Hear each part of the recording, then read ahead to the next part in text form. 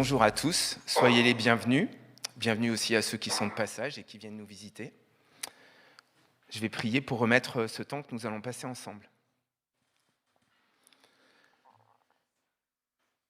Seigneur, merci pour ce moment que tu nous permets de mettre à part dans notre vie, de faire une pause dans notre vie, de faire une pause dans notre quotidien. Seigneur, je te remets ce moment que nous allons passer ensemble, que tu conduises chacun d'entre nous, que tu conduises tes serviteurs.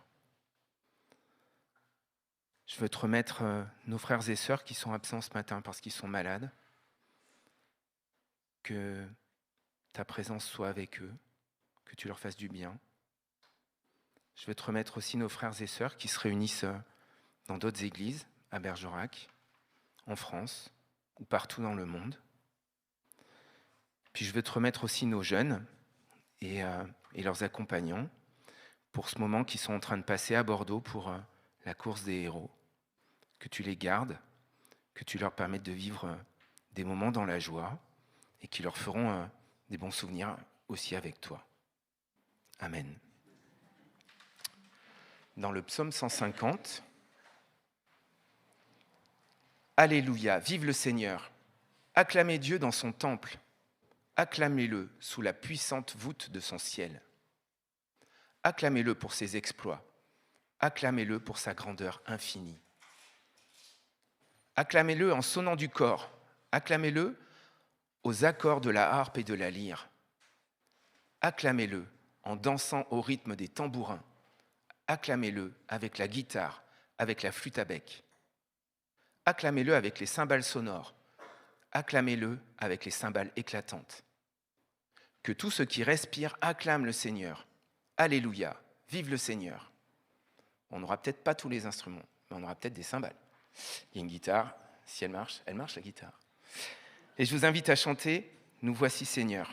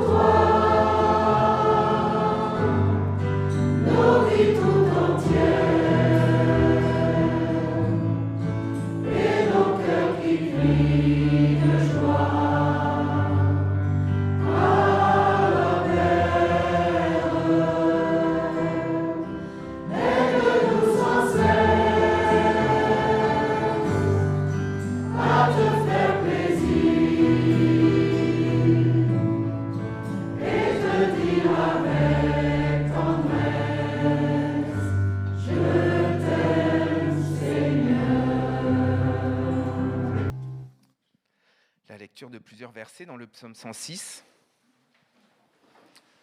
Tout d'abord, les versets 6 à 8. Nous avons commis les mêmes fautes que nos ancêtres. Nous avons mal agi. Nous nous sommes condamnés nous-mêmes. Quand nos ancêtres étaient en Égypte, ils n'ont pas compris les merveilles du Seigneur. Ils ont oublié ses nombreuses bontés. Ils ont été rebelles près de la mer des roseaux. Mais il les sauva par souci de son honneur, pour montrer de quoi il était capable. les versets 10 à 14. Il les sauva de ceux qui leur voulaient du mal, il les arracha aux griffes de l'ennemi. Les eaux recouvrirent leurs adversaires. Aucun de ceux-ci n'en réchappa. Alors ils crurent à ce que Dieu avait dit et le louèrent par leurs chants. Ils oublièrent vite ce qu'il avait fait. Ils n'attendirent pas qu'il achève son plan. Ils eurent envie de ce qu'ils n'avaient pas. Au désert, ils mirent Dieu au défi. Le verset 24. Puis ils ne voulurent plus rien savoir du pays de leurs rêves. Ils ne croyaient plus à la promesse de Dieu. Les versets 40 à 48. Alors le Seigneur fit éclater son indignation contre son peuple. Il prit en horreur ceux qui étaient son bien le plus personnel. Il les livra aux nations étrangères. Ils eurent comme maîtres des peuples qui les détestaient. Ils subirent l'oppression et l'humiliation de la part de leurs ennemis. Bien des fois, le Seigneur les délivra, mais ils restaient obstinément rebelles et enfoncés dans leurs fautes.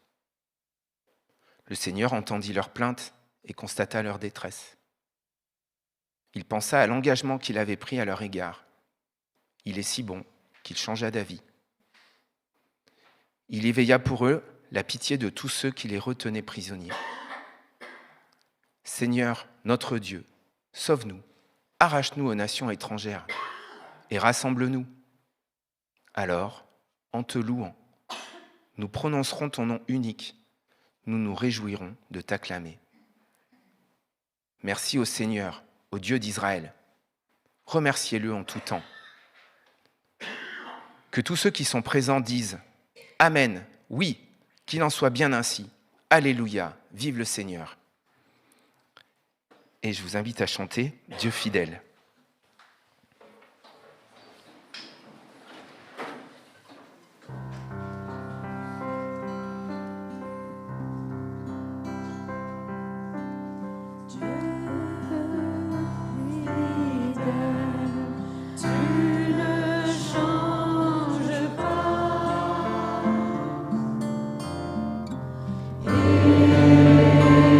Éternel, mon rocher.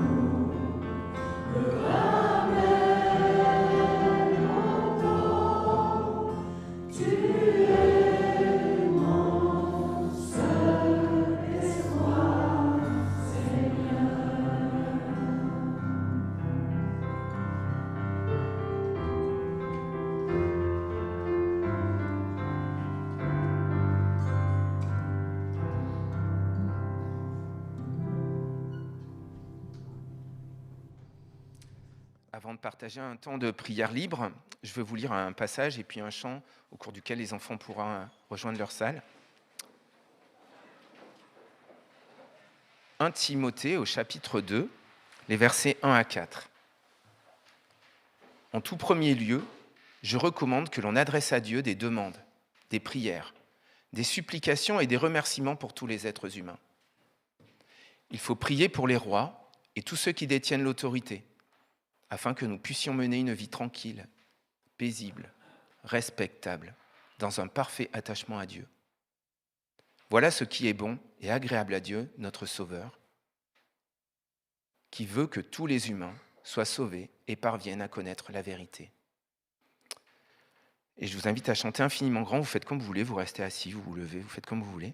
Et à l'issue, on pourra prendre un temps où chacun pourra prier à haute voix ou dans son cœur. Infiniment grand.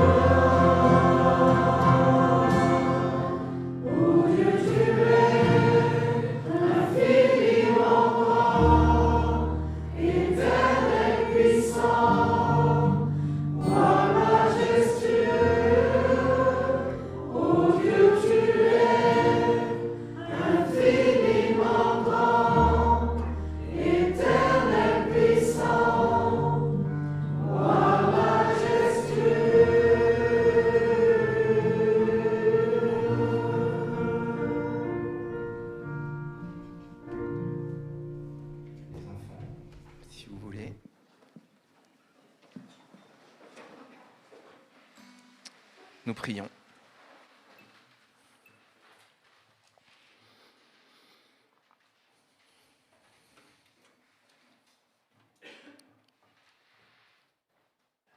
Seigneur, merci pour ta patience. Merci pour ta patience envers moi. Tu es là, tu étais là, tu es là aujourd'hui, tu seras là demain. Toi, tu ne changes pas. Tu es fidèle. Moi, je suis là. Et puis, je me crois assez fort tout seul. Et puis, je me rends compte que pas forcément. Quand tout va bien, c'est pas forcément grâce à toi. Et pourtant, c'est toi. Seigneur, merci pour tout ce que tu fais. Merci pour tout ce que tu fais tout le temps. Même quand je ne suis pas digne de toi. Merci pour cette confiance que je peux avoir en toi. Merci pour cette espérance. Seigneur, je veux aussi te remettre nos autorités, que ce soit pour notre pays ou pour ce monde. Tu connais tous les enjeux de toutes les discussions en cours pour cette paix que l'on a chantée, pour cette paix qui n'est pas là dans tous les pays. Seigneur, que ta sagesse, que ton esprit se pose aussi sur ces grands, ces puissants, qui ont le pouvoir de permettre à la paix de revenir. Amen.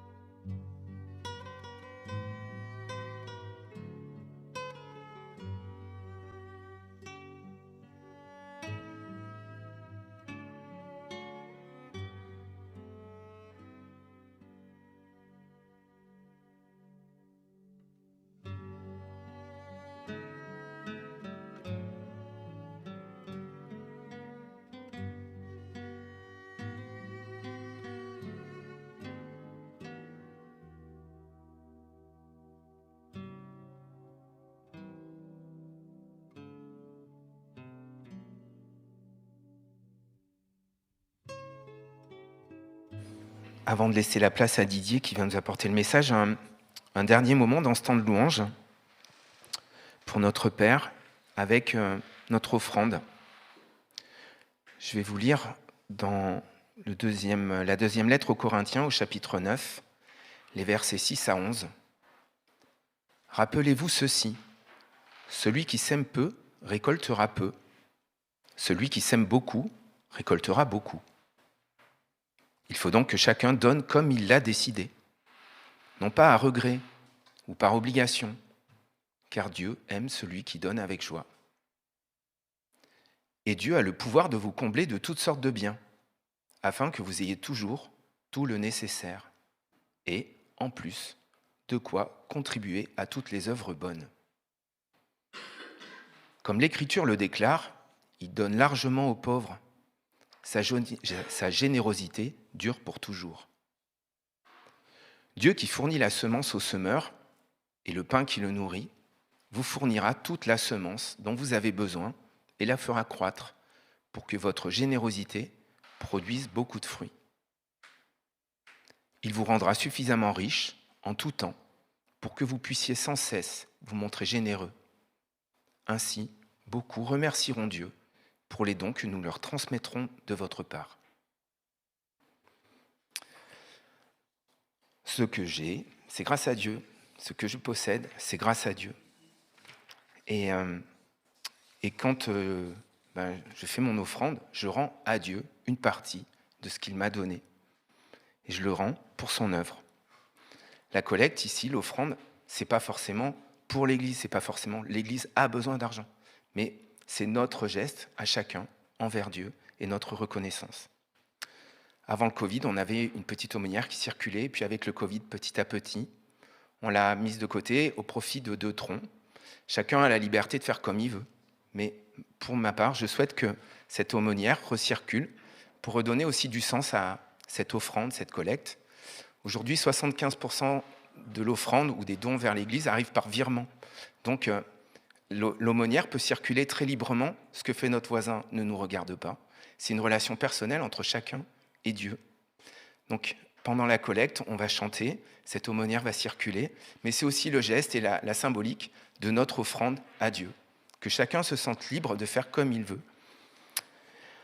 Donc, pendant la collecte, je vous invite à chanter « J'aime ta présence ». Et je laisserai la place à Didier.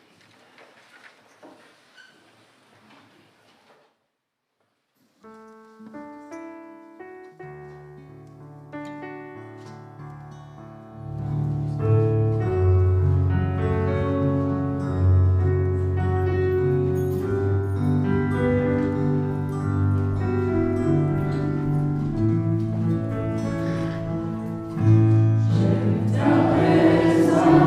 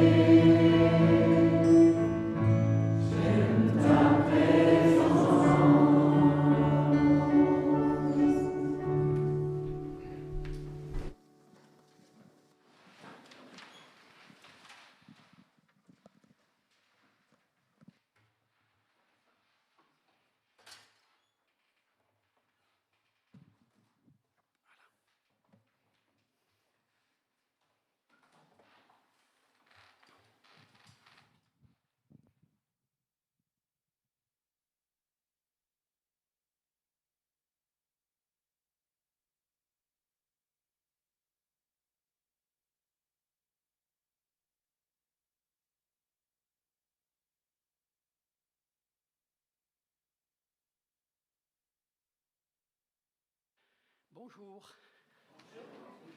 Vraiment, je pense que, comme vous, je suis très heureux d'être là. Nous sommes très heureux d'être là avec le Seigneur, avec son esprit qui nous bénit, comme on l'a ressenti ce matin. C'est magnifique, c'est merveilleux. Je vais commencer ce moment en priant, nous adressant au Seigneur. Seigneur, vraiment, tu vois, c'est pour toi, c'est à cause de toi, c'est par toi que nous sommes venus ici ce matin, par ton amour, par ce que tu as accompli déjà dans notre vie. Et nous nous remettons à toi pour ces moments, pour que tu nous donnes encore d'entendre ta parole, d'entendre ce qui est bon pour notre âme. Nous nous remettons à toi et nous te bénissons, Seigneur. Amen.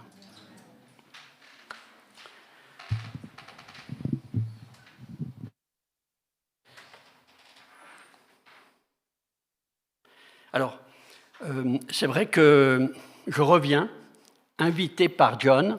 Tu es venu fin janvier.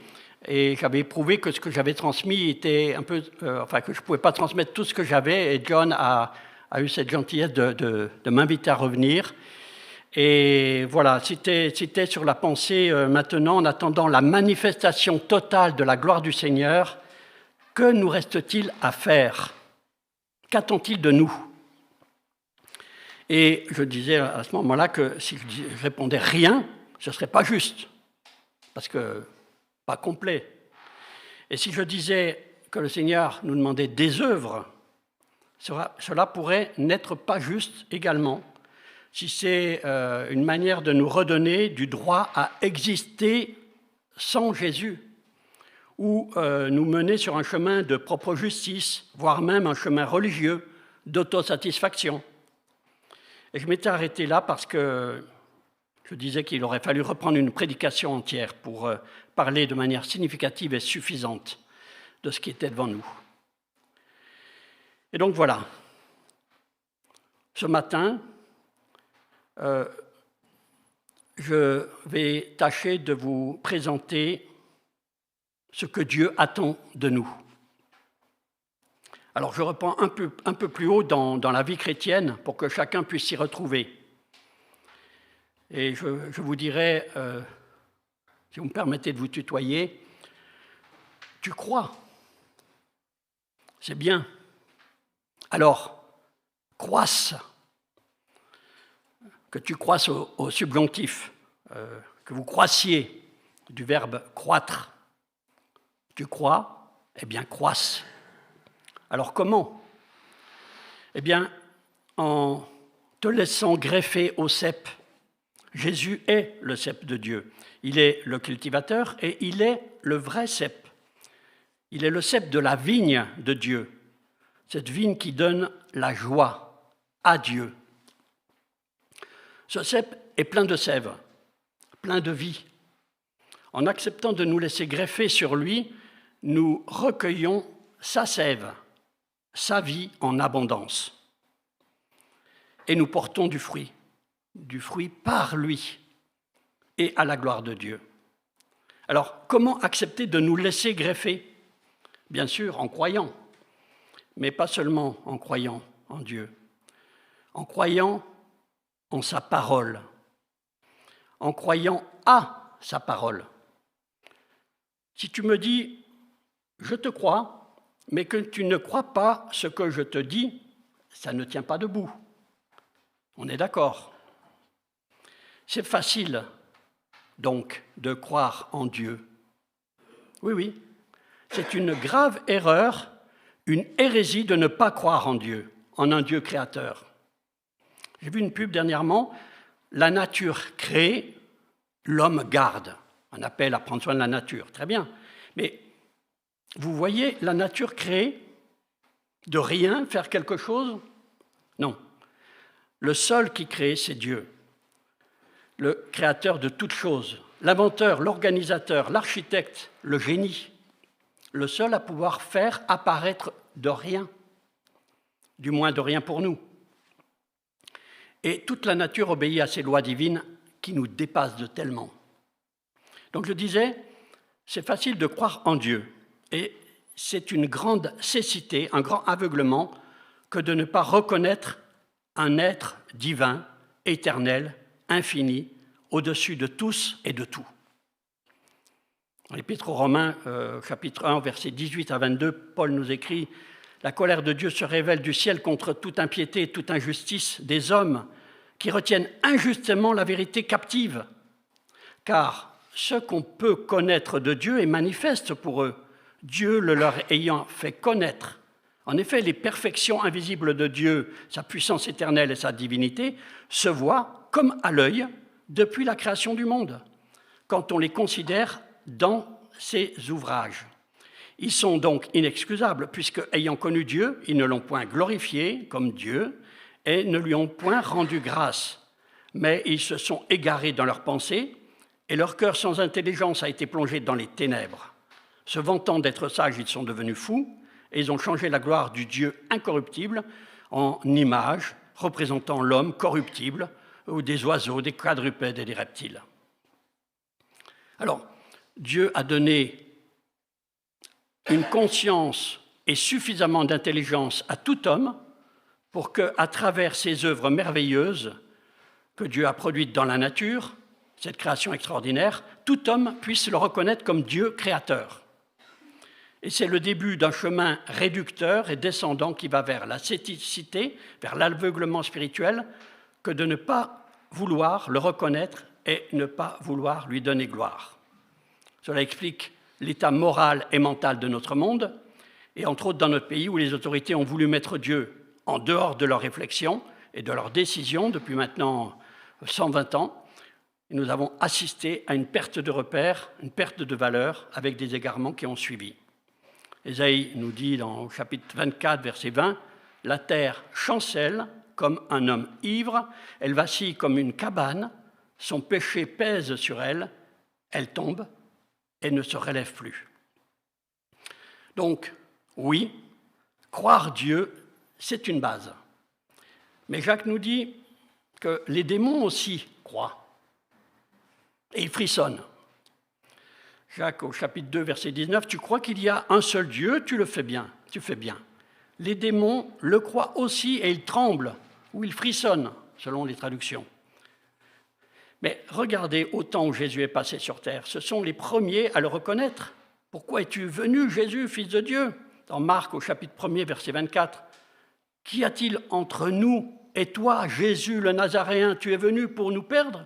Je sais que tu es le Saint de Dieu. » En Luc, chapitre 8, verset 28, « Ayant vu Jésus, il poussa un cri, se jeta à ses pieds et dit d'une forte voix, « Qu'y a-t-il entre moi et toi, Jésus, fils de Dieu, fils du Dieu très haut? Je t'en supplie, ne me tourmente pas. » Donc oui, ils ont vite réalisé qui était là. Le Saint de Dieu, le Fils de Dieu. Mais cela ne les arrangeait pas. Les voilà dérangés, tourmentés. Oui, croire Dieu, c'est aussi reconnaître Jésus. C'est accepter Jésus, le croire, ou être tourmenté. Dieu, le grand Dieu, est vivant. Le seul Dieu vivant, et qui crée la vie, qui donne la vie, capable de reprendre la vie. Tous les autres qui ont été nommés Dieu sur la terre ne sont pas vivants, ne donnent pas la vie, ne peuvent pas ôter une vie. Ce sont des faux dieux. Ils peuvent aussi être des idoles ou des idéologies, des croyances, mais ils ne sont pas Dieu. Seul le Créateur est Dieu, et seul Dieu est le Créateur. Alors la particularité de Dieu est qu'il a créé par sa parole, par la puissance de sa parole. On pense à Genèse chapitre 1 ou au début de l'évangile de Jean chapitre 1. Et c'est en effet le seul Dieu qui parle. Et sa parole s'est incarnée et a pris forme, une forme humaine, une forme d'homme. C'est le mystère que nous rappelons particulièrement à l'occasion de Noël et quelque part chaque matin, chaque dimanche matin, chaque culte. Celui qui dit croire Dieu et qui réfute sa parole est menteur. Il ne connaît pas Dieu. Les démons qui ont décidé de désobéir à sa parole frissonnent devant Jésus. Leur chef lui-même a osé se servir de l'Écriture pour tenter Jésus pour essayer de le coincer dans les paroles que Dieu avait dites précédemment par des prophètes. Mais il n'a eu aucune prise sur Jésus. Parce que la force, la puissance de l'Écriture réside dans l'action de l'Esprit de Dieu. Satan n'en a pas un soupçon de cet esprit. Il est prisonnier dans ses capacités qui sont limitées, capacités limitées par Dieu lui-même. Alors que Jésus, loin de l'esprit, a redonné quelque part, si je puis dire, a redonné vie à l'Écriture qu'il a citée pour faire taire le trompeur et le menteur depuis le commencement. Donc oui, croire en Dieu ne suffit pas. Il faut absolument croire ce que Dieu nous dit. Sinon, on est perdu. Comme Judas qui, après avoir bénéficié de la proximité de Jésus pendant 3 années, va le monnayer pour obtenir 30 pièces d'argent. Misérable. Il n'a pas cru les paroles de Jésus. Il n'a pas trouvé la repentance. Alors, je vous propose maintenant de relire une des paroles de Jésus qui est très simple et qui pourtant est mal comprise, transformée dans son sens, déformée du but que le Seigneur a. Elle n'est malheureusement que trop rarement rappelée et que trop peu souvent citée. Cette parole est pourtant une clé de la vie chrétienne. Dans Matthieu au chapitre 10, au verset 38, le Seigneur nous dit « Celui qui ne prend pas sa croix et ne me suit pas n'est pas digne de moi. » En Marc chapitre 8, verset 34, puis ayant appelé la foule avec ses disciples, il leur dit « Si quelqu'un veut venir après moi, qu'il se renonce à lui-même, qu'il se charge de sa croix et qu'il me suive. » Dans Luc au chapitre 9, verset 23 à 27, puis il dit à tous « Si quelqu'un veut venir après moi, qu'il renonce à lui-même, qu'il se charge chaque jour de sa croix et qu'il me suive. » Et en Luc chapitre 14, verset 27, « Et quiconque ne porte pas sa croix et ne me suit pas ne peut pas être mon disciple. » Cette expression « porter sa croix » est très connue. Même les non-croyants, avec une interprétation erronée, comme si on devait porter la misère du monde ou au minimum notre misère. Et on y met tous les problèmes et les douleurs qu'on peut rencontrer dans notre vie, une espèce de fatalité. Non, une telle interprétation, pour moi, est fausse et erronée. Quand le Seigneur nous parle ainsi, il n'était pas encore allé jusqu'à la croix. Cette croix qui est celle des condamnés à mort, et même des damnés, puisqu'il était écrit « Maudit quiconque est pendu au bois ». Paul écrit dans son épître aux Galates, au chapitre 3, verset 13, « Maudit quiconque est pendu au bois ». Il l'introduit explicitement comme une citation de l'Écriture et renvoie à Deutéronome, chapitre 21, verset 23. Jésus n'était pas encore allé jusqu'à cette croix infâme. Et il n'avait pas pris cette place entre ces deux criminels qui, eux, méritaient cette condamnation sur la croix. Alors quand Jésus dit à ses disciples, « Si quelqu'un veut venir après moi, qu'il renonce à lui-même, qu'il se charge de sa croix et qu'il me suive. » Qu'est-ce qu'il a voulu dire? Quand il nous parle de prendre notre croix, que veut-il que nous saisissions? Il s'adresse à ceux qui veulent le suivre. On comprend bien. Sur les 10 aveugles qu'il avait guéris, un seul est revenu le remercier.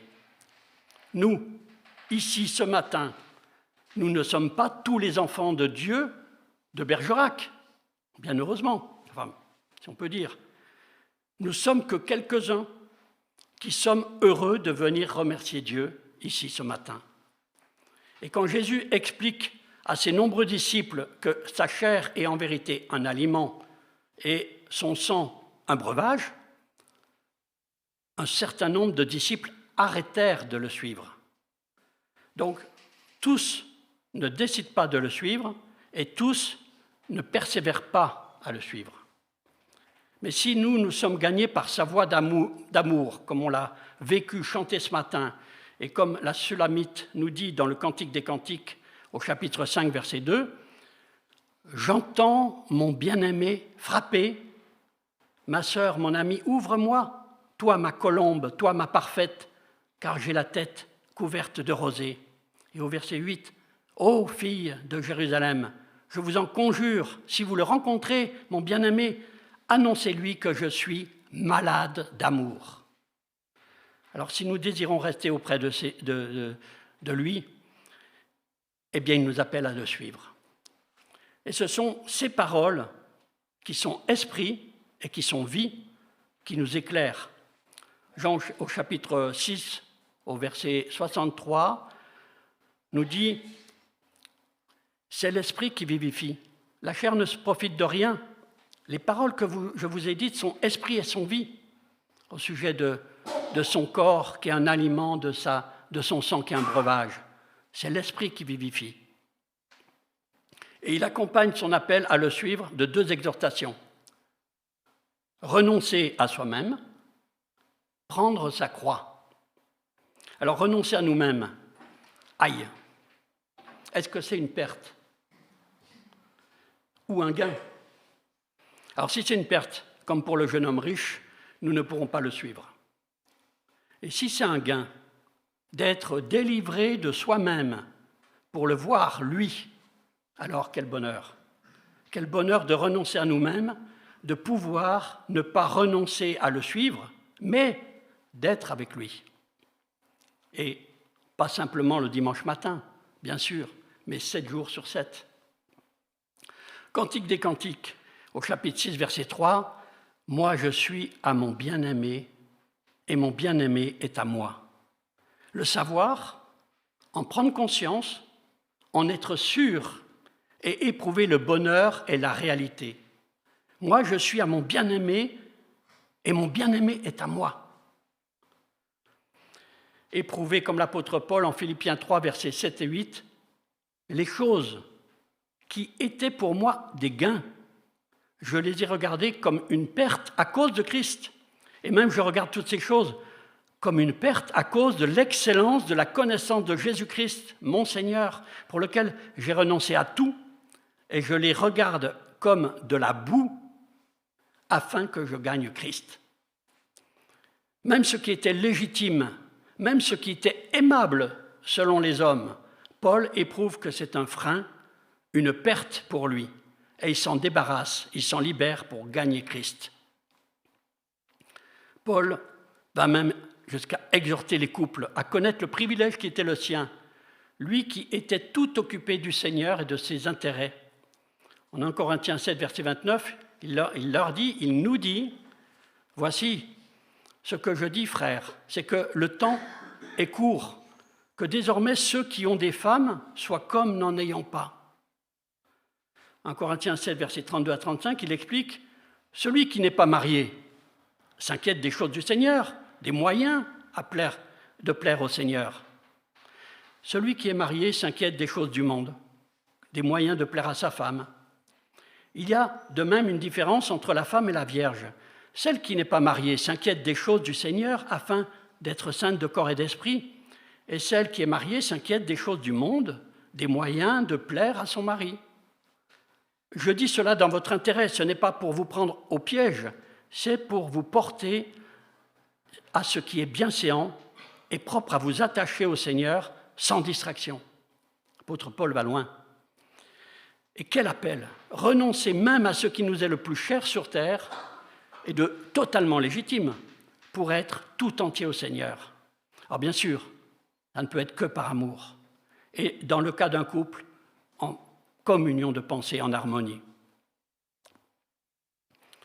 Alors, la deuxième exhortation est de prendre sa croix. Prendre sa croix, porter sa croix, se charger de sa croix. Êtes-vous conscient qu'il ne s'agit pas de la croix de Jésus dont il nous parle, mais de la croix que nous méritons, nous pécheurs, l'avons rappelé ce matin dans les cantiques. Et c'est bien nous qui aurions dû être pendus sur la croix devant Dieu. Notre juste fin était là. Le Seigneur nous appelle à être d'accord avec lui sur ce point, pour pouvoir le suivre. C'est en étant conscient que notre place était sur la croix que nous saisissons pleinement la délivrance de Jésus, qui a pris notre place sur la croix. Lui, le seul juste, le Saint de Dieu, ne devait pas être là. Lui seul ne méritait pas ce châtiment et ce jugement divin. Et pourtant, il a pris ce jugement contre nos péchés sur l'autel de la croix. Et c'est en prenant chaque jour conscience que notre seule juste place convenable aurait été sur notre croix de condamner que nous pouvons réellement être délivrés de nous-mêmes, pouvoir goûter le bonheur de suivre Jésus ressuscité. Voilà, c'est simple, c'est puissant et c'est complet. Ça me semble être l'étape la plus importante après la foi au Seigneur Jésus et la repentance de notre état. Étape indispensable pour le suivre, lui. C'est une porte entre notre ancien monde, notre ancienne vie, et le royaume de Dieu qui s'est approché par Jésus, et dans lequel Jésus veut nous faire œuvrer par la puissance de sa parole et de son esprit. Attention, il y a une précision importante. Autant il nous faut naître une fois de nouveau, autant il nous faut chaque jour revenir à Jésus, prendre à nouveau notre croix et le suivre chaque jour. Le Seigneur l'a voulu ainsi. Il aurait pu décider que dès que l'on a cru son œuvre à la croix pour nous et que l'on s'est repenti de nos péchés, nous soyons délivrés de notre état de pécheur pour être un nouvel être qui ne pêche plus. Ça aurait été super. Non, le Seigneur n'en a pas décidé ainsi. Le salut est par la foi. Nous sommes sauvés de notre état de pécheur. La délivrance totale de notre nature de pécheur est à venir. Il nous faut, par la foi, saisir notre délivrance future de notre état de pécheur et accepter, vivre ce combat pour lui et surtout ce combat avec lui. Ceci en réalisant que la victoire est acquise. Elle est acquise par Jésus sur la croix, mais la réalisation totale est à venir. Et nous ne sommes plus en accord avec ce moi trompeur qui est en nous, mais nous sommes engagés avec Jésus pour la nouvelle vie qu'il nous a déjà donnée. Dans Romains chapitre 7, verset 17, Paul nous dit « Maintenant, ce n'est plus moi qui le fais, le péché, mais c'est le péché qui habite en moi. » Il n'est plus en accord. Ce n'est plus moi qui le fais, mais c'est le péché qui habite en moi. Et donc nous avons maintenant cette vie de lutte, de combat entre la chair, la nature animale qui est en nous, et cette nouvelle nature que Jésus nous a déjà donnée avec ce nouveau cœur et son esprit, l'Esprit de Dieu qui est venu nous greffer pour nous rendre compatibles avec Jésus, notre chef, notre cep, notre époux. Nous voici donc en route pour le ciel, pour la maison du Père. Et dans ce chemin de vie, nous éprouvons, comme l'apôtre Paul, cette lutte contre la chair et cette vie de victoire par l'Esprit de Dieu, en comprenant que cette lutte n'est pas une anomalie, mais la vraie vie chrétienne que le Seigneur a voulu pour nous, pour le reste de notre vie sur terre. La totale délivrance sera quand il nous prendra auprès de lui, et soit par la mort de notre corps, soit par sa venue. En Romains chapitre 8, verset 11, Paul nous dit « Si l'esprit de celui qui a ressuscité Jésus d'entre les morts habite en vous, celui qui a ressuscité Christ d'entre les morts rendra aussi la vie à vos corps mortels par son esprit qui habite en vous. » Et dans l'Épître aux Galates, chapitre 5, les versets 16, 17, puis 22 à 24, Paul nous explique « Je dis, marchez selon l'esprit, et vous n'accomplirez pas les désirs de la chair. Car la chair a des désirs contraires à ceux de l'esprit, et l'esprit en a le contraire à ceux de la chair. Ils sont opposés entre eux, afin que vous ne fassiez pas ce que vous voudriez. Mais le fruit de l'esprit, c'est l'amour, la joie, la paix, la patience, la bonté, la bienveillance, la fidélité, la douceur, la tempérance. La loi n'est pas contre ces choses. Ceux qui sont à Jésus-Christ ont crucifié la chair avec ses passions et ses désirs. Donc ne nous inquiétons donc pas de ces appels du pied que notre vieille nature nous fait, de nos attirances envers nos mauvais penchants, voire même nos dérapages et sorties de route. Le Seigneur le sait. Oui, il n'a pas décidé de nous délivrer déjà de notre état naturel. Par contre, il a décidé de nous donner une force plus grande pour nous animer et pour nous donner de le suivre. Non pas par contrainte, non pas par peur, mais par amour. Sans l'amour, nous ne sommes rien.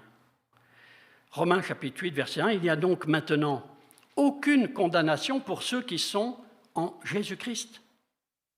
Donc plaçons par la foi et par amour, chaque jour, notre nature ancienne sur notre propre croix et vivons de l'esprit et de l'amour de Dieu qui est versé dans nos cœurs par son esprit. Puissions-nous, tous ici présents, entendre sa voix d'amour et répondre à son appel à le suivre en vérité, sans légalisme, sans soupir, sans flagellation, sans culpabilité. Mais plutôt puissions-nous avoir une pleine assurance de foi, pleinement conscients de sa grâce. Et non seulement de sa grâce où il nous donne ce que nous ne méritons pas, mais aussi de sa miséricorde où il ne nous donne pas ce que nous méritons, pour recevoir pleinement son amour, le déguster et redonner cet amour pur à Dieu notre Père et partager son amour de sa part à nos semblables selon son exemple et par la puissance de sa résurrection en nous.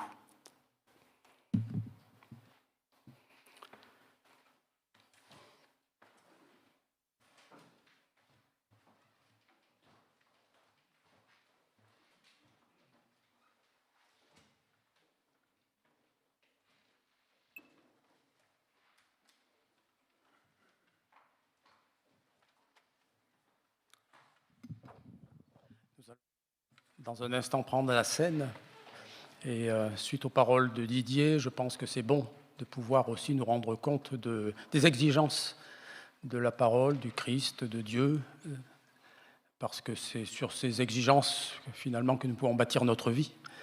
Ce n'est pas en essayant de tourner autour du pot, il faut aller à l'essentiel et parfois il faut passer par le creuset pour être purifié. Je vous invite à prier.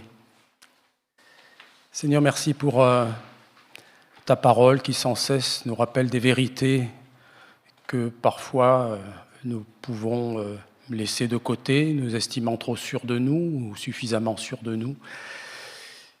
Mais merci de ce que, Seigneur, tu es fidèle à travers différents serviteurs et servantes pour pouvoir nous dire et nous redire combien il est bon de rester attaché à toi, de nous garder d'une forme d'orgueil qui pourrait tellement nous éloigner, voire tout simplement nous séparer de toi.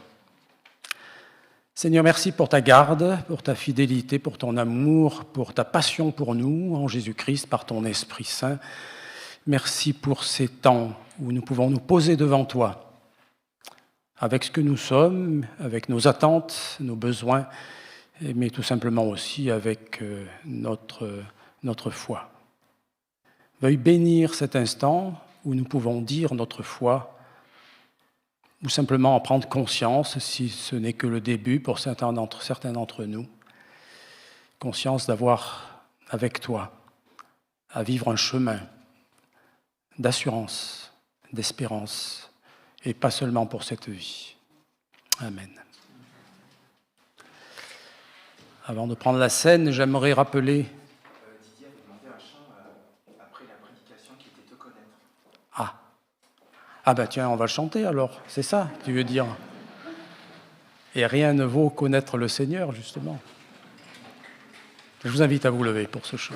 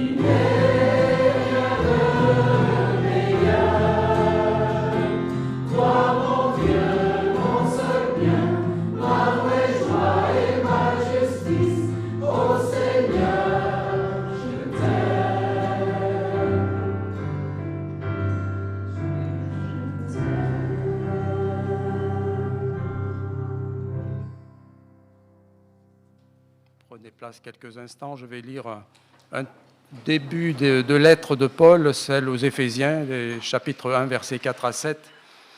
Paul s'est adressé, entre autres, aux chrétiens d'Éphèse, mais c'est une lettre circulaire, donc il s'adressait à beaucoup de chrétiens en Asie mineure.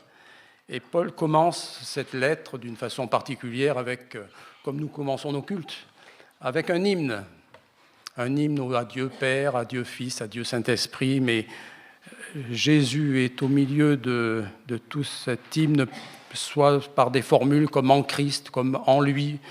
À 13 reprises, Paul insiste sur cette communion avec Jésus-Christ qui donne sens à la vie du chrétien. Et cela a été dit tout à l'heure aussi, c'est parfois nécessaire d'avoir cette radicalité de privilégier Jésus-Christ dans nos vies pour vivre tout le sens que Dieu veut donner à notre vie.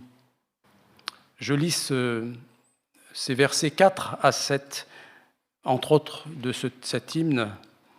En lui, donc en Christ, bien avant de poser la fondation du monde, il nous avait choisis pour que nous soyons saints et sans reproche devant lui. Puisqu'il nous a aimés, il nous a destinés d'avance à être ses enfants qu'il voulait adopter par Jésus-Christ. Voilà ce que dans sa bonté il a voulu pour nous, afin que nous célébrions la gloire de sa grâce qu'il nous a accordée en son Fils bien-aimé. En Christ, parce qu'il s'est offert en sacrifice, nous avons obtenu la délivrance, le pardon de nos fautes. Dieu a ainsi manifesté sa grâce dans toute sa richesse. Déjà, tout avait du sens dès la fondation du monde, en Christ. Christ était là. Tout avait du sens dès la fondation du monde. Pour une raison, bien sûr, qui nous est un peu compliquée à comprendre, le péché est intervenu et tout cela a été voilé. Ce péché nous a aveuglés, nous a fait perdre de vue que tout avait du sens. Mais le plan de Dieu, lui, se poursuit, toujours en Christ. Et à un moment donné, Jésus est venu parmi nous pour nous éclairer, justement, sur ce sujet-là. Et par notre foi en Jésus-Christ, par notre communion à Jésus-Christ, nous comprenons qu'il est notre Sauveur, celui qui met fin au règne du péché, celui qui nous permet de voir donc clairement le plan de Dieu pour nous, depuis la fondation du monde. Il nous remet tout en ordre, en chemin, avec espérance, avec confiance. Il nous a destinés d'avance à être ses enfants, qu'il voulait adopter par Jésus-Christ. Voilà ce que, dans sa bonté, il a voulu pour nous, afin que nous célébrions la gloire de sa grâce qu'il nous a accordée en son Fils bien-aimé. En participant à la Sainte Seine, nous disons, ou nous sommes invités à dire, que nous comprenons le rôle de Jésus-Christ dès la fondation du monde, pour donner du sens à cette vie extraordinaire qu'aucune planète ne peut contenir. Nous comprenons le rôle de Jésus-Christ dès la fondation du monde. Nous comprenons le rôle de Jésus-Christ sur la croix de Golgotha. Et si nous avons ce privilège de pouvoir dire cette foi, c'est parce que nous avons été touchés par la grâce. Alors c'est ce que je vous invite aussi à chanter maintenant avant de prendre les éléments. C'est par la grâce que nous venons, que nous nous approchons de Dieu.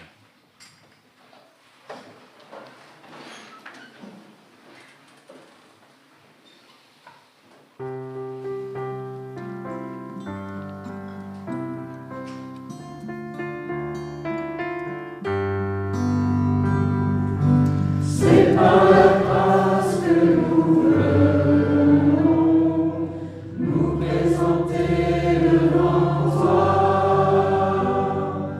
non par nos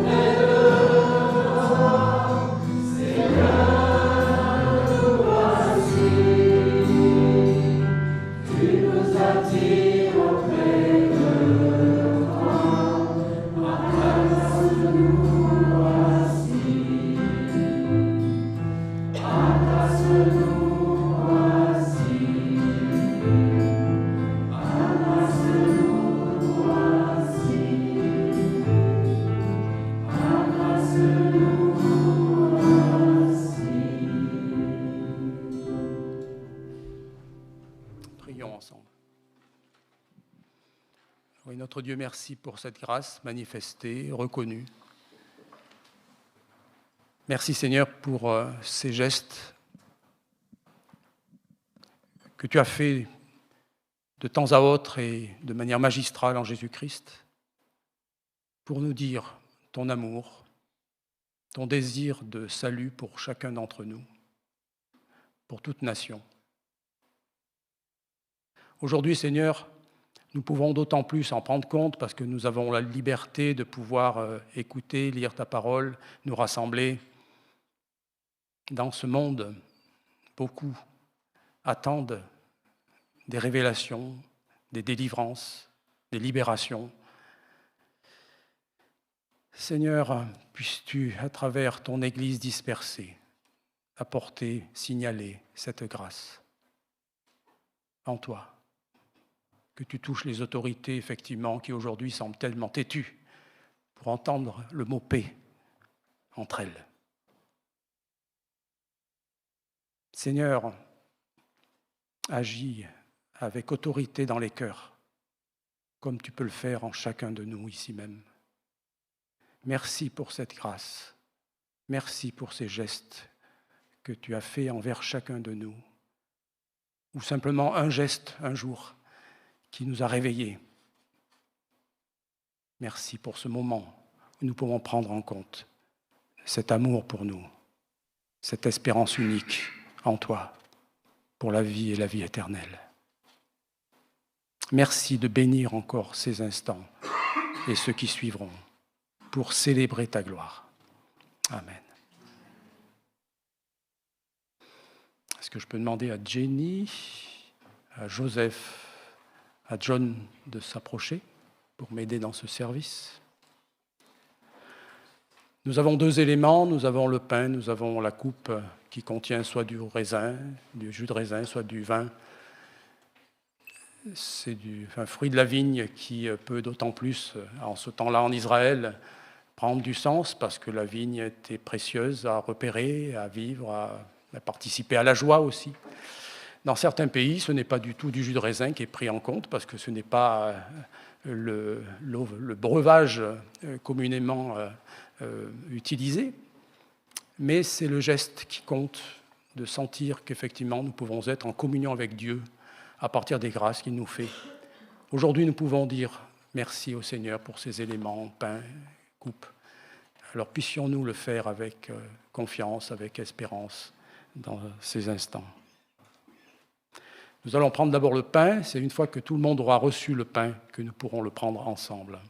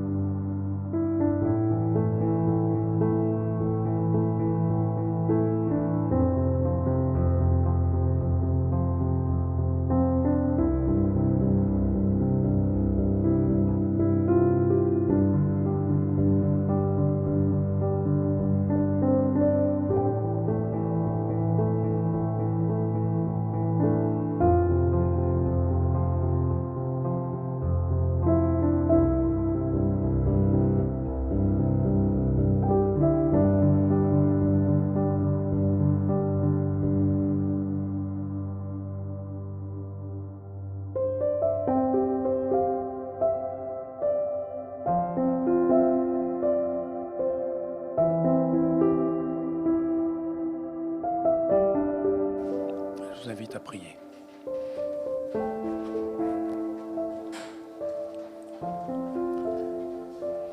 Notre Dieu, nous avons aujourd'hui encore fait des gestes. Toi, tu as fait le premier. Nous avons pu répondre à ce geste. Donne-nous, Seigneur, d'être vrai chaque jour qui passe dans tout ce que nous avons à te rendre comme remerciement, comme signe aussi de notre appartenance par la foi à toi, à ce peuple particulier que tu as voulu former. Donne-nous, Seigneur, d'être attentif à ta parole, d'y obéir certainement, même si parfois c'est compliqué et difficile. Donne-nous aussi certainement par moments de pouvoir te demander pardon.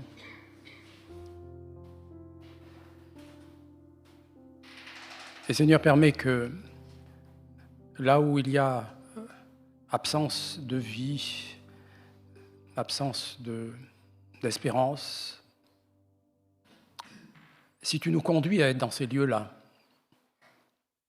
donne-nous de pouvoir être à ton écoute pour être présent en ton nom, avec assurance, donner vie, redonner vie,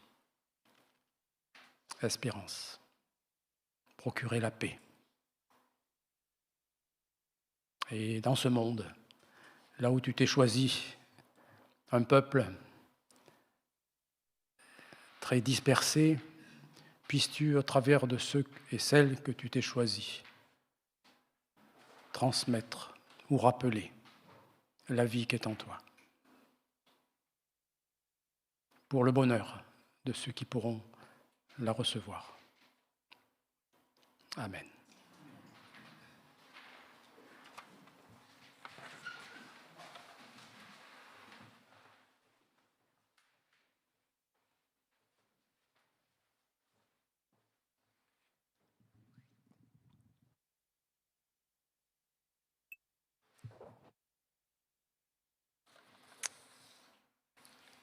C'est le moment des annonces.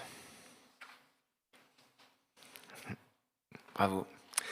Donc demain soir, groupe de maison à Bergerac chez Cécile et Guy. Mercredi 21, Quantum en visioconférence sur le site de l'église. Jeudi 22, groupe de maison à Roumagne chez Evelyne et Jackie. Vendredi 23, rencontre au féminin rue du Roux, donc ici. Samedi 24, répétition du groupe de louanges et le groupe de jeunes le soir. Ça reste à confirmer suivant le nombre de participants, etc. Mais pour l'instant, groupe de jeunes à 18h. Et donc dimanche prochain, le culte. À venir, et donc là, on annonce dans un mois et demi. C'est une sortie d'église donc, qui aura lieu à l'UNAS, dans la famille Gros-Renaud, qui nous accueille, pour un barbecue estival. Donc la viande, le pain sont fournis, etc. Il faudra compléter par... chacun amènera quelque chose, mais on en reparlera d'ici là. Vous pensez juste à retenir le 29 juin. Voilà la photo. Donc en fait, ce matin, il manque des jeunes et les moins jeunes qui les accompagnent. Alors si vous arrivez à voir, vous avez de très bons yeux, vous n'avez pas besoin d'aller chez Ophtalmo.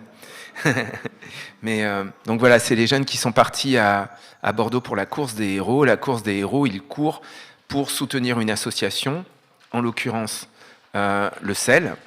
On peut soutenir les jeunes qui soutiennent le CEL en allant courir. On peut les soutenir en flashant le QR code qui sera dans le hall tout à l'heure. On peut flasher le QR code et faire un don pour soutenir les équipes qui soutiennent le CEL. En dehors de cette photo et en dehors de ça, juste un petit résumé rapide de la rencontre qu'il y avait hier matin qui concernait le conseil. Donc notre église est membre de l'Union des Églises évangéliques libres et la commission synodale qui gère un peu tout ça prévoit régulièrement des formations pour les conseillers et en particulier les jeunes conseillers dans cette fonction de conseil. Ça a duré 3 heures, je ne vais pas vous parler des 3 heures, mais juste 2 images qui ont retenu, qui sont restées fixées dans ma pensée. On a commencé par une proposition avec 4 photos et il fallait choisir quelle était la photo qui correspondait le mieux à ce qu'on vivait dans l'église. Et on a passé du temps sur une image, en fait, qui était la star. Et la star, c'est l'équipe. La star, c'était pas chacun d'entre nous. C'était pas chacun individuellement. La star, c'était l'équipe. Un deuxième passage qui a marqué mon esprit, c'est si l'un d'entre vous veut être grand parmi vous, qu'il commence par servir les autres. Et finalement, que ce soit dans ce qu'on vit au conseil, que ce soit dans ce qu'on a vécu ce matin, pour ceux qui ont préparé ce culte, que ce soit dans ce qu'on vit dans notre Église, je pense que c'est une vraie bénédiction de se rendre compte que la star, c'est aucun d'entre nous, et la star, c'est l'Église, et la star, c'est Dieu. C'est une vraie bénédiction de pouvoir le vivre, mais vraiment, et on ne s'en rend pas assez compte. On a passé 3 heures, et finalement, on pouvait se dire, mais finalement, qu'est-ce qu'on a appris ? Et ça mettait le doigt sur cette bénédiction qui nous est donnée, qu'aucun d'entre nous cherche à se mettre en avant, et que la star, c'est Jésus, la star, c'est l'Église. Une vraie bénédiction. Avant de se quitter, je vais vous lire des versets, comme une petite... Ah, j'ai oublié les cerises. Le Seigneur donne et Ouais. vous prenez. Donc, nous avons commencé la récolte des cerises. Il y a des paquets dehors. Vous êtes invités à en prendre. Voilà. Donc vous pouvez partir avec des petites cerises, mais j'aimerais que vous partiez aussi avec peut-être des versets, soit que Didier a lus, soit qui ont été lus avant. Et au cas où, encore un petit passage qui peut vous encourager dans votre semaine, c'est dans le psaume 115, les versets 12 à 15. Le Seigneur pense à nous. Il veut accorder ses bienfaits. Il n'y a pas que des cerises, il veut accorder ses bienfaits. Qu'il les accorde aux tribus d'Israël, qu'il les accorde aux descendants d'Aaron, qu'il les accorde aux nouveaux fidèles, à tous, petits et grands. Que le Seigneur augmente vos familles, les vôtres et celles de vos enfants. Soyez comblés de bienfaits par le Seigneur, lui qui a créé le ciel et la terre. Et pour ceux qui sont sensibles au chant et qui vont aussi partir en ayant un chant qui reste dans leur tête ou dans leur cœur, que ce soit pour cet après-midi ou le reste de la semaine, je vous propose de se quitter par un chant, avec le chant « Établis ton règne ».